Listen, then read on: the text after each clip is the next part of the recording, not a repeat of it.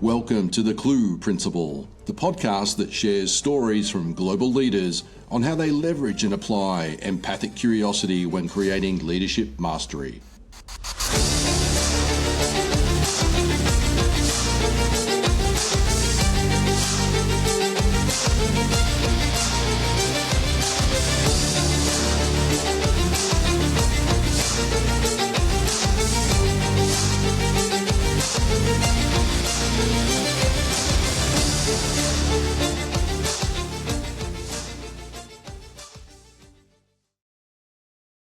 Welcome to episode 2 of season 1 of the C.L.U.E Principle. We have a fantastic guest with us today.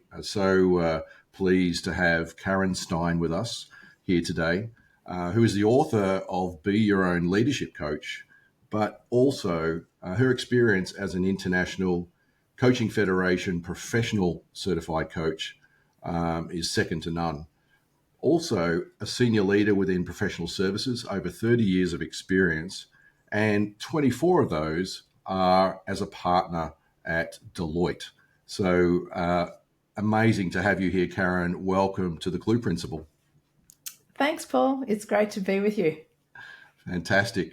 And you're coming to us from sunny Australia. Yes. I wish I could say it was sunny. It's grey today, but yes, typically described as sunny Australia. Fantastic.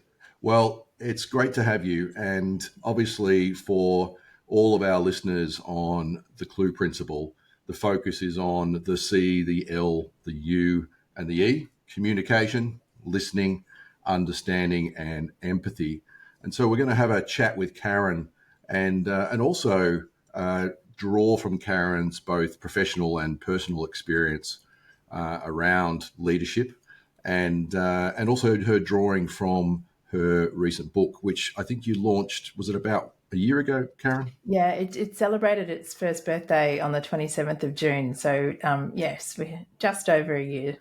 Great. Well, happy birthday for the book.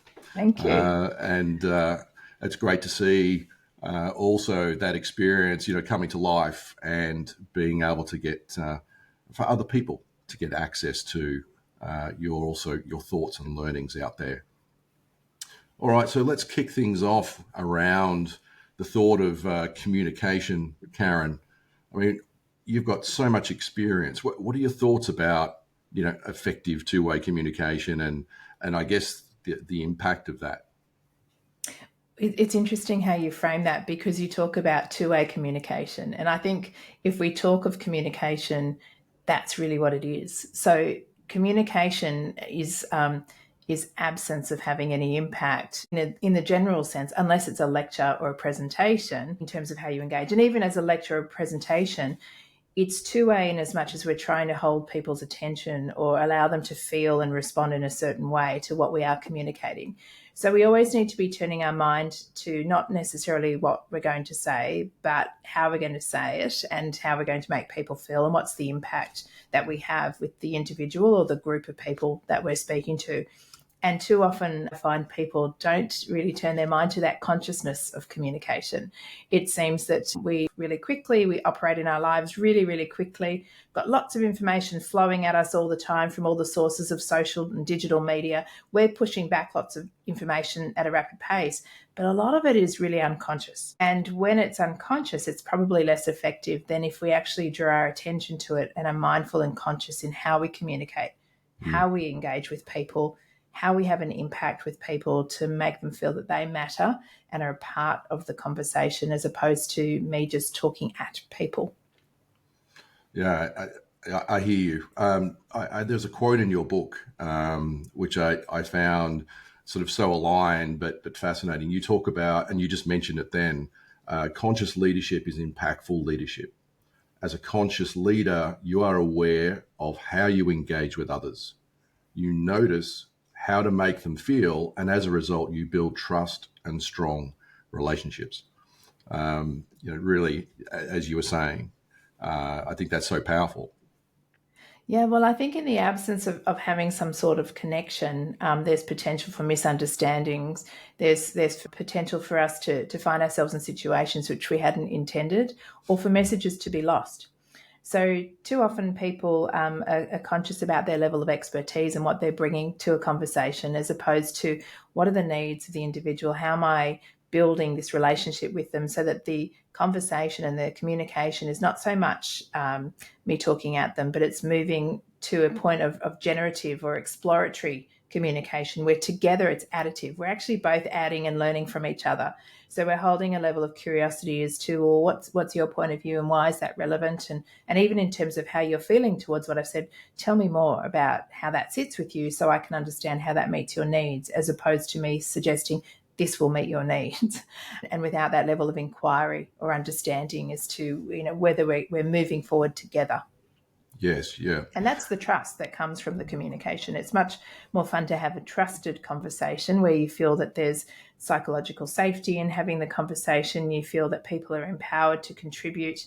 People like to contribute generally in life. We all feel that there's something we want to bring into a conversation, even if it's some level of dissent towards it, suggesting that perhaps I don't agree with what you're saying. I have a different point of view. But if there's an absence of psychological safety, it's really hard to open up the communication to be additive and to hear from other people as to whether they agree or don't agree, and for me to learn in that moment as to, oh, well, these are my thoughts, but is there another way? Or are there other things that perhaps I haven't thought of that you might be able to share with me that could make this even better? That's why I talk of it being generative or exploratory. We can build it and shape it into more and more. Yeah, I think that's a great way of looking at it. And your point around psychological safety, it's a big area and passion of mine. I know when I'm even like presenting or coaching groups, it's actually about being able to set that almost up front. The right tone, the right expectation. It's okay to have an opinion. To your point, you don't always have to agree. We can be professional about these things and make sure that we're understanding the people in the room. We're doing things the right way, but I think as a leader, you need to be able to provide that platform. It's okay to be able to have that voice. And it's also okay for us to push open our cognitive boundaries and learn more. So however far advanced we are in our career, there's always potential for learning. And if you enter into communication with a learning mindset and thinking about, well, how do I build up greater insight and knowledge and understanding and learn from the individuals or the groups I'm speaking with, as opposed to speaking to. And as I said, even in a presentation, you'll have questions that come back to you after a presentation. So you'll still learn from other people's experience or the way they see the world. That's going to be the joy in the communication, that we have this learning mindset and growth, and that we're expanding our horizons to see more of what's possible, more of what could be, as opposed to very absolute thinking as either I'm right, you're wrong, that's it. Let's open up the possibility of maybe there's another way. Yeah, the possibility of another way. I love that. I think, having, it's a two-way component. We talked about two-way communication. If we then think about listening as a result of that, so, we talk about effective two-way communication is this ability to truly listen. What are your thoughts there, and any experiences or examples that you could share? I'm just thinking, as you say that, I'm thinking of a couple of personal situations recently. So I've been caught out by my kids recently, me using social media too much, and as opposed to me scolding my kids for always being on their phones. And so I've noticed through them bringing it to my attention that my listening hasn't been as great at times with them. I've kind of heard them. Maybe I've been selective in what I've been listening to and continued to be scrolling on whatever it was, or sending the emails or whatever it might be. But by actually noticing more of their response to me and hearing what they're saying to me is, oh, Mum, your screen time is pretty high. That was interesting and helpful. And so we often have blind spots in how we listen as well. We think we're listening, or we might not notice we're actually showing very, very well to others that we're not listening. And I think as leaders, we need to draw our attention to how are we listening and how are we role modeling that and demonstrating it. And if we don't have the capacity to listen in that moment, how do we bring that to people's attention to allow them to have a choice to either say, no, this is so important, you have to stop and listen now, or, okay, I can see you're busy. Yep, sure, I could come back to you in half an hour once you finish what you're doing. And I try and encourage people that I coach to actually think about that. Is it, rather than, I guess, partly listening, could you rather say to someone, look, now's not a great time, I'm really deep in thought, writing this piece of advice. Could we get something in the diary, or is it really urgent that I need to stop? And I think they'll build up a level of respect and trust that you've actually wanting to use their time well, wanting to invest in them well, rather than this kind of cursory multitasking, which is really ineffective for you. And think about how it makes people feel. When people don't feel that they're listened to or heard, you feel like they don't matter. And today, I think more than any time in life, people really have a sense of really wanting to feel like they matter. There's this great sense of wanting to belong, but we need to go beyond just belonging. We need to help people feel that they matter because they're significant, they're of worth, they're of value, they're valued. And to do that, we have to be able to listen to them, to affirm them, to recognize what they're saying and respond to it and demonstrate that we've heard them. So I think there's a lot of importance in how we listen. Some of it is going to be the very physical. So how am I turning my attention to you when I'm listening? How am I using facial expressions, body language, vocal cues to demonstrate that I'm listening? But more than just listening selectively, because I can still do that and listen selectively, hear what I want to hear and then end the conversation because, oh, yeah, I know that already. Thanks very much. As opposed to opening my mind to, am I holding a learning mindset? Am I being curious? Am I listening to understand? And if I listen to understand, I have to allow for more questions. I have to allow for more space, and I have to allow myself to recognize what's happening in my mind. What am I hearing in my head that I need to maybe mute somewhat to Yes. allow you to talk? And we tend to speak slower than we think. And so if people are speaking at me, you have capacity in your head to be doing a whole lot of other things. And that's what you have to draw your attention to, is how am I actually bringing my attention to you rather than being distracted about what time I'm leaving work or whether this report's due or an email that's just come in and all those other things that get in the way, or even, the conclusions I've already drawn before you finish talking to me. Yes. I think too, there's an element I've witnessed in, observation skills where as a leader, you could also have, this realization of the need to be inclusive for the group. So I've seen it with, early in career blended mix with more tenured people, sitting in a meeting, strong voices typically. Yeah. Yeah. They've got an opinion. They will present themselves as, I guess, with more knowledge, and therefore the earlier in career people will potentially even sit there, even if they're of extroverted nature, and particularly if they're of an Yeah. introverted nature. Yes. That's interesting. Agree. I had a coachee, so I'm changing the name for the purposes of conversation, but let's call him Jay. And Jay had been brought into an organization, and during his interviews, they'd spoken to him of his deep technical expertise. So the panel said, yep, you're exactly what we need in the business. And so Jay came into the business thinking, yep, here I am. I'm of value. I'm of worth. I have to demonstrate my expertise. And every time he was called into a group meeting to work on a complex problem, Jay thought, here I am, I'm ready to go. And he'd roll up his sleeves and he'd jump in and he'd share his expertise and he'd tell people how to solve the problem. And after the hour or so, the problem would be solved and he'd kind of fist pump as he'd walk out the room feeling pretty good. But Jay came to me because he wanted to have some coaching because he was feeling rather isolated. And so with his permission, after we'd coached for a while, I went and had some conversations with some people, the critical stakeholders who were in these meetings, to hear from them. How was Jay coming to your attention in these meetings? And they all agreed he was awesome at what he did, great technical expertise. No one could fault his expertise. But what they also said is that he just wasn't a good listener because he was so passionate and had so much zest around his subject matter that he wasn't making any space for anybody else. He was talking over people. He was using but or no a lot in his language. No, that won't work. But no. So people started to pull back. People felt diminished. They felt they weren't heard. They felt they didn't matter. Their contributions were not seen or felt to be of any worth, even for discussion. They felt that he was really limited to the way he saw the world. And as a result, people didn't really enjoy the experience. They walked away from the meetings feeling pretty flat, disengaged. So I brought this to his attention, and it was a blind spot for Jay. And so we spent some time coaching on listening skills, and he was able to, work through some exercises and build up his skills to notice more, to listen more, to be patient, even in his head, to ask himself to wait, to ask the question, why am I talking? WAIT. Yes.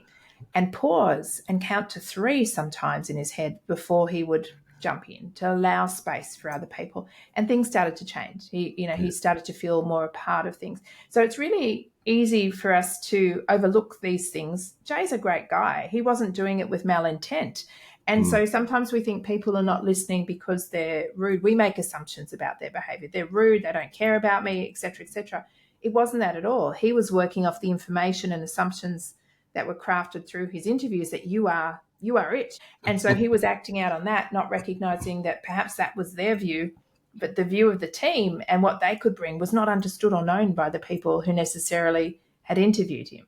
So it's interesting. I think we just need to become, much more aware of how we're contributing and how we're listening.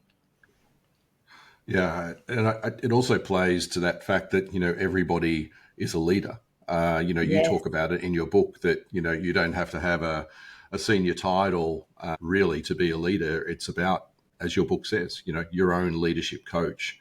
No, really, no matter what the age. So again, having that consciousness you just talked about before, Yeah. when you're speaking, to sort of be, oh, okay, let's be aware of the people that we have here. Am I speaking a little bit too much? Maybe we should be broadening and getting more points of view. And the converse is true as well.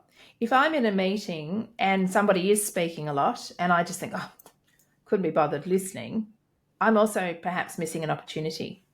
Mm. And I know I've experienced that myself. Sometimes I think, oh, same, heard this person speak before. Yeah, I kind of know what they're going to say. So I turn off, but I don't know what they're going to say in that moment. The context might be slightly different. The situation might be different. The problem could be slightly different. So I'm doing myself a disservice in if I'm choosing to be a part of this group and participate in a way where I'm not truly listening. I'm Mm. not being curious. I'm not questioning, why are we hearing this again? Well, how is it relevant to what we're doing, and trying to join the dots or ask some questions to try and Mm. help myself and to be, understanding of that. So I think we have to have it from all parties involved. And you're right, everybody is a leader because leadership is about acts and habits and practices that we build and the choices that we make. So Yes. the attitude I bring is a choice I make. My capacity to listen is a choice I make. How available I make myself to listen is a choice I make. And I think we could all do a little bit better in listening, and we can disagree, but it's then listening to understand other people's points of view to recognize why we disagree, not simply I'm coming in here with a fixed point of view and I will not hear yours because I know from the outset we disagree. Let's try and see if there's any common ground. And if not, sometimes we have to agree to disagree, but we've still heard each other.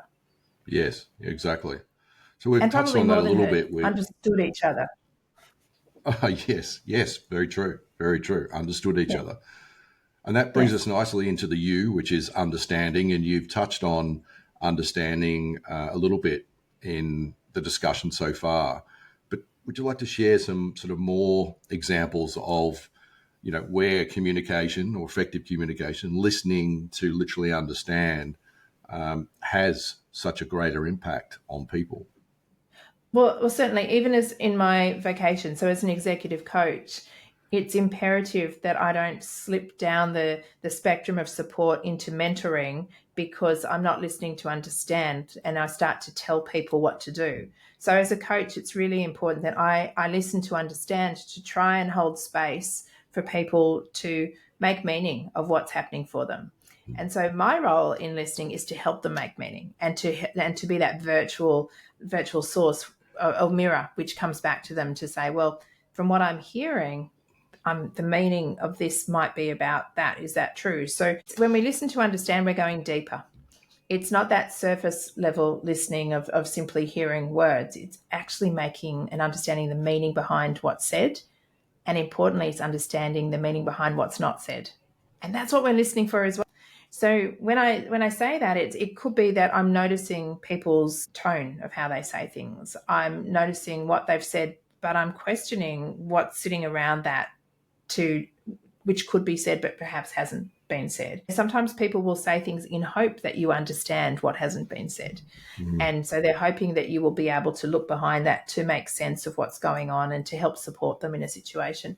So again, it's testing that with them. What does this mean to you? And tell me more about why this is important to you.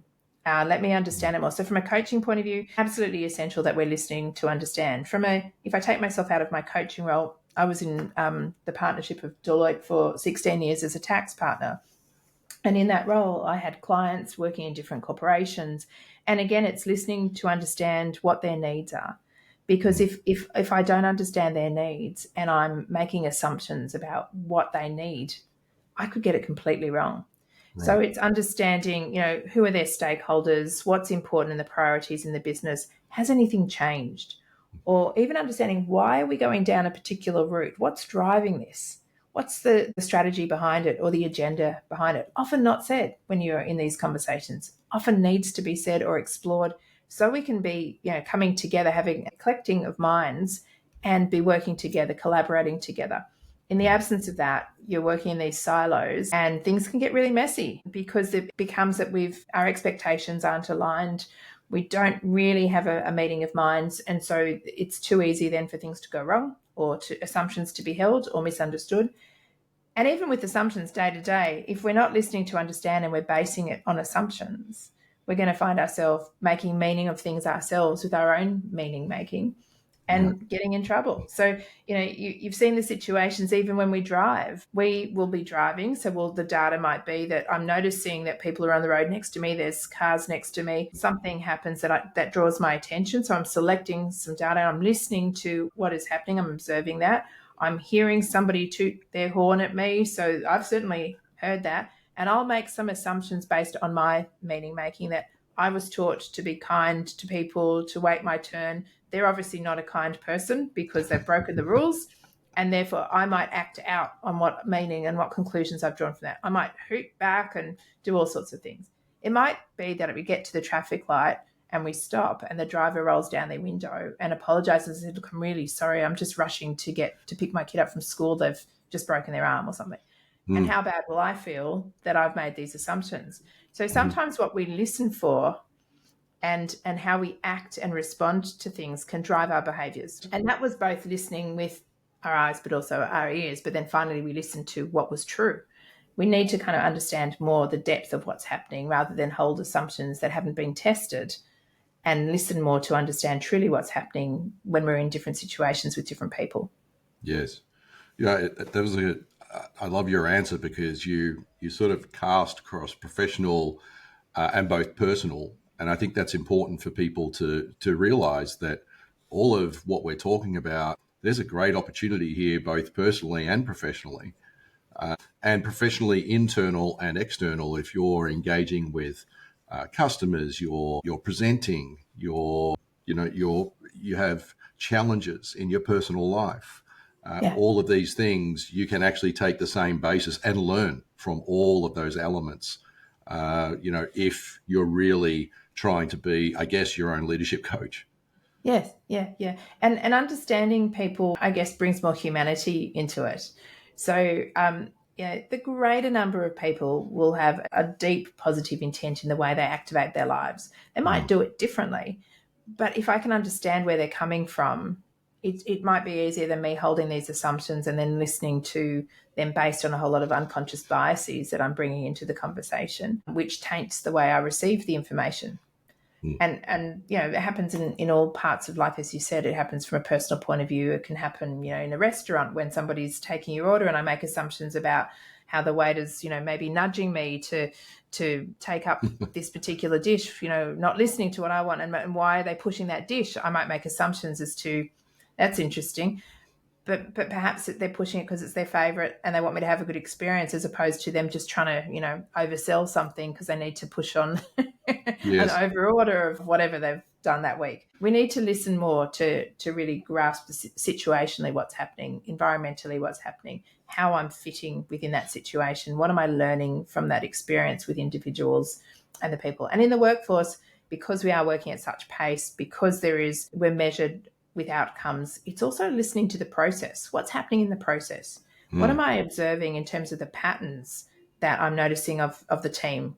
And as leaders, we can actually bring those to people's attention. It could be that I could, in how I'm listening, is noticing all of the patterns of communication that I could illuminate or amplify with the team to say, oh, I think we're all at cross purposes. We're all talking over each other.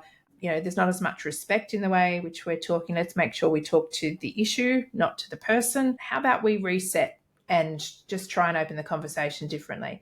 Or to what you said earlier, the people who might be introverted, extroverted, who's dominating the conversation. So what am I noticing in those patterns, and how can I bring other people in and ask them questions and invite them in so that we can hear from them and understand them as much and how they're receiving the information to learn from them too. Yes. You talked there about that professional. I like the way you framed it around, we're outcome driven in that professional world. I find that the element of time, or people, if you like, not taking time, whether it's to have a one-on-one or Yes. assess a situation because, oh no, I've got to do this. It's month end, it's quarter end, it's year end. These seem to be dynamics that people are not affording time where they should be. Yeah, very, very true. And when we're really busy, we don't have capacity to listen. So we don't have capacity to collaborate and hear from other people as often. So we're really listening to our own perspective. This I'm too busy to go and talk to and consult with that colleague. I'll just do it my way. I'm pretty Mm, sure I've got it. I've got it sorted. I'll do it. Maybe that's not the best answer, or maybe it's not the best way of mm, doing it. And if I'd taken those extra few minutes to go and have a conversation, perhaps what I provided to my customer, my client, could have been even better.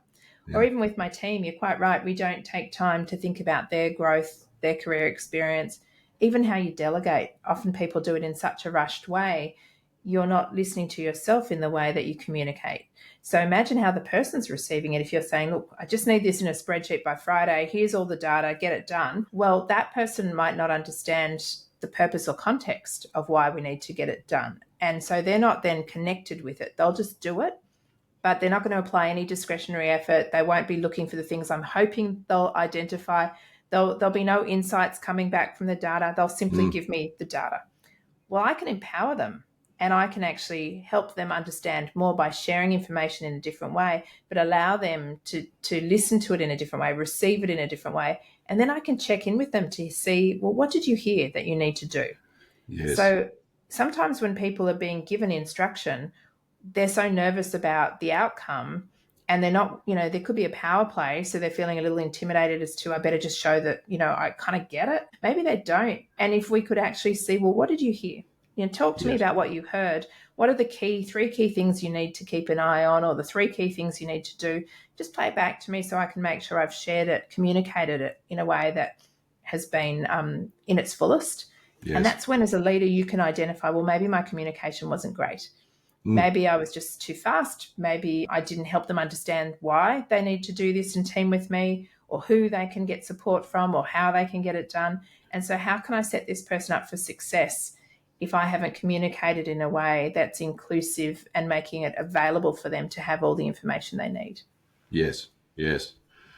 So if we look at the clue principle, we've talked about C, communication, and two-way communication. The ability that really listening to understand is obviously critical in everything that we do in our lives from a communicative perspective. Uh, Give us some thoughts around the E, which is about empathy. If we're able to do those first three, thoughts, ideas, examples around the power, I guess, of empathy. It seems to be a big word for a lot of people, but give us your thoughts, Karen.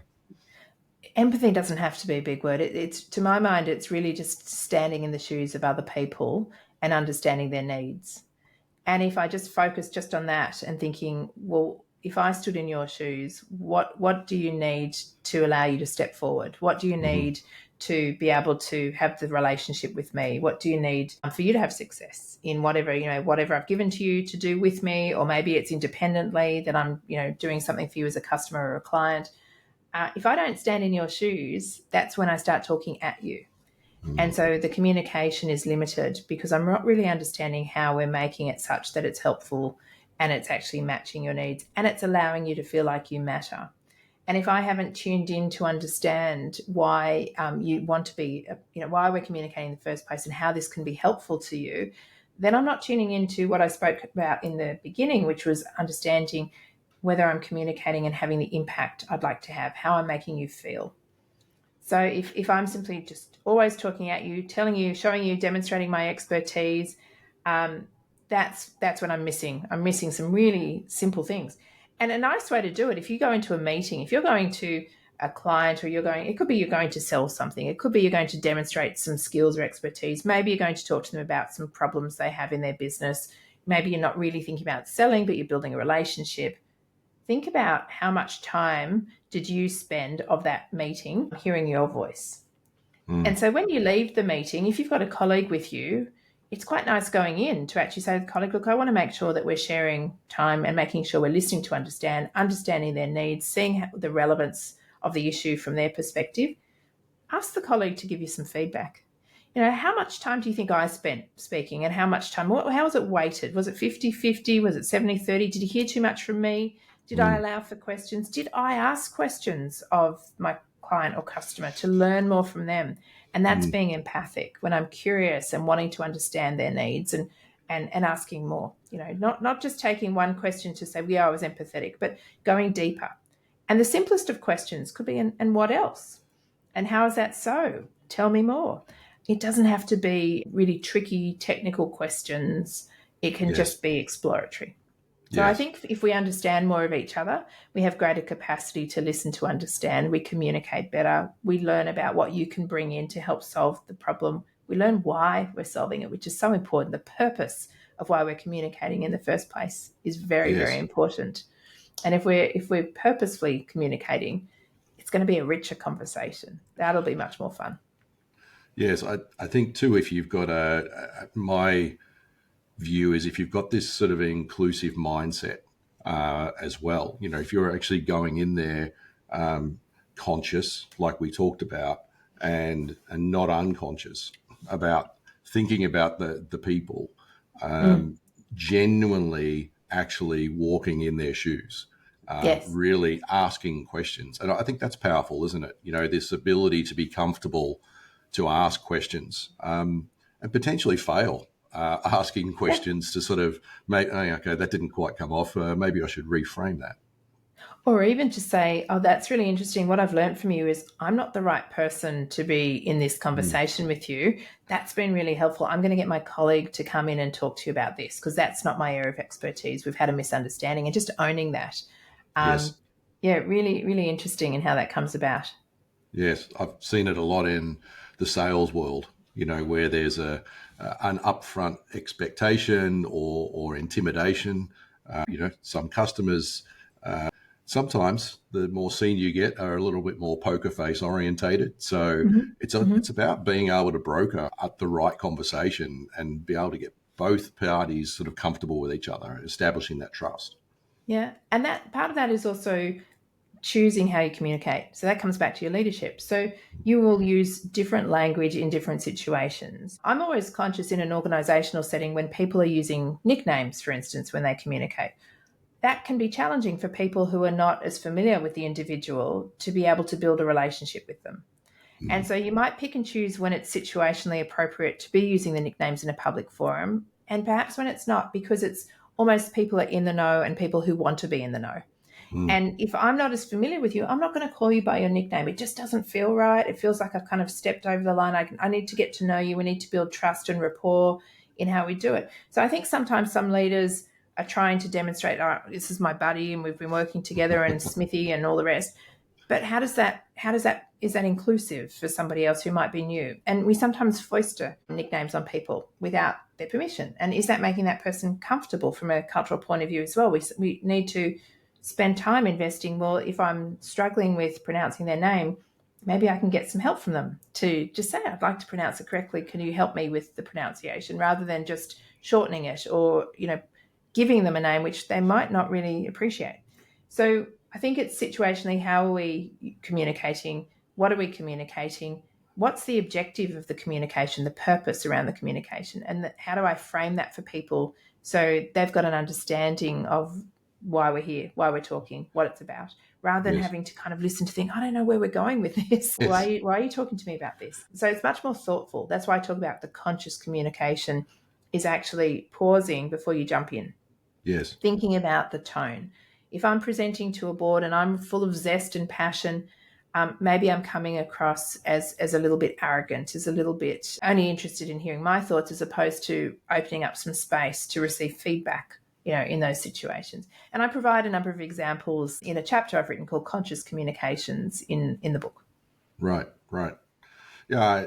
You talked there also about, culture. I know in my professional career working in Asia for a long time, I developed this need actually to be conscious when I got on a plane and I was going to land in China or Thailand or India or Australia. And after being in Asia so long, even coming back to Australia was, I had to really think about, okay, what was I doing? Spent a lot of time in Singapore. I developed a terrible habit of Singlish in a language in my emails, which I had to No, relearn myself out of it as I navigated, my professional career. So I think it's that cultural awareness is critical. yeah, and relationship awareness. Where am I at in the relationship? So does it allow Yeah. me to have some, level of using emojis as opposed to maybe a more formal communication with someone I'm just getting to know? And Yes. um, yeah, all of those things are really relevant. Yeah. Absolutely. Absolutely. All right. Let's wrap things up. I've got a final question for you, which is, any look, you've got so much experience, Karen. Any tips or tricks that you could share with the audience around being your own leadership coach, around the elements of that what we spoke about today, around the clue principle? I'm excited that you asked me that question because when you taught me your model, I loved it. I love it. I've already started talking to people about it. Don't worry, I make sure they know it's come from you. It's an awesome model. But I want to extend your model. And so I would, rather than just using the clue model, I'd like to think of it as clues. What are the clues? Mm. And the S for me is self awareness. Because Oh. to have communication, listening, understanding, and empathy, if we're lacking self awareness, it's going to be challenging to be able to build that. And so the self awareness, I would think, is a lot of this conscious leadership. So the conscious part might be, am I communicating and doing so in a way where I'm considering possibilities, or am I narrowing down the focus to what's not possible? Maybe I'm a naysayer. Maybe I'm saying no and but and all these things. Now, at times, we're going to have different opportunities where we have to be one or the other. It's not to say we always have to be positively minded to situations. Sometimes we have to say no. Mm. Sometimes we do. What's most important to me is not where we are in terms of the choices we're making. It's how self-aware we are of the choices we're making. And at the beginning, I spoke of a leader being someone who makes choices. If we can make choices about how we communicate, be self aware of internally, what am I communicating to myself? So, how am I talking to myself with care and compassion and in a way which is supportive, and noticing those automatic negative thoughts that are popping up telling me I'm not good enough, I can't do this, I'm going to fail, or noticing when I'm jumping to conclusions or holding assumptions that I haven't tested. What's the dialogue, the internal dialogue I can have? Because if I'm self aware of that, then I'll be actually able to support myself and build confidence. And that's where the self coaching comes in. The Mm. elements will be of my book. From an external point of view, if I'm not self aware of how I'm fully perceived by other people and not truly aware of that, I'm going to miss cues. So I'm going to communicate in a way which doesn't have the impact I'm hoping to have. It doesn't make people feel how I hope they'll feel. And so I Mm. need to get feedback. I need to open up feedback loops to hear from people. Well, how did that sound to you? And was there clarity in my message? Or was it confusing? Or was it, too expansive, and people were just rolling their eyes because I'd overspoken too many times. As my son said, Mum, you've explained it already, right? So, could I have shortened my message, cut it back and having more clarity in that? Perhaps like now. So those are the things. If we can be self-aware, I think we'll be really, really effective. And I'd like to lock that in to moving from clue to clues. Fantastic. Well, look, I'm all about learning and evolving. I like that. I like the addition of the S, self awareness. It's so important. Many years ago, the book Men Are From Mars, Women Are From Venus by Yeah. Dr. John Gray. I attended a seminar, and it was one of actually the changing things in my life because it teaches a male to be much more self aware and to stop the constant flow of words and verbal communication and to think about where you are, and that was something I took on both personally and professionally. Mm-hmm. I was failing as a salesperson, particularly when I was actually engaged with females, Mm-hmm. um, Mm-hmm. because I was not self aware of the situation. It was about me. It was not about the other person. And as years evolved, that's actually a lot of what I do and coach on is actually that actual aspect. So it's totally resonated with me. And maybe I'll have to get a texter and put the S on clue and add it to Awesome. clues. It's great. Fantastic. Well, Karen, I really appreciate your time sharing and imparting your knowledge, being able to also get some of those amazing, realistic, not concepts, but realistic actions and frameworks that you've got in Be Your Own Leadership Coach. It's a great book. It's a Thank great you. read, and I really recommend everybody to get out there amongst it, read it, be your own leadership coach, and really integrate that clues principle, as Karen would put it. Looks like we're going to have to get into business together, Karen. It'd be fun. But thank you so much. I really appreciate you spending time with everybody out there and sharing your insights on empathic curiosity and how to really impact. My absolute pleasure. Thanks, Paul, so much for having me. Awesome. Thank you, Karen. A big thank you to Karen Stein. Do search for her book, Be Your Own Leadership Coach, on Amazon to support your own journey of leadership mastery. See you next time on the C.L.U E Principle.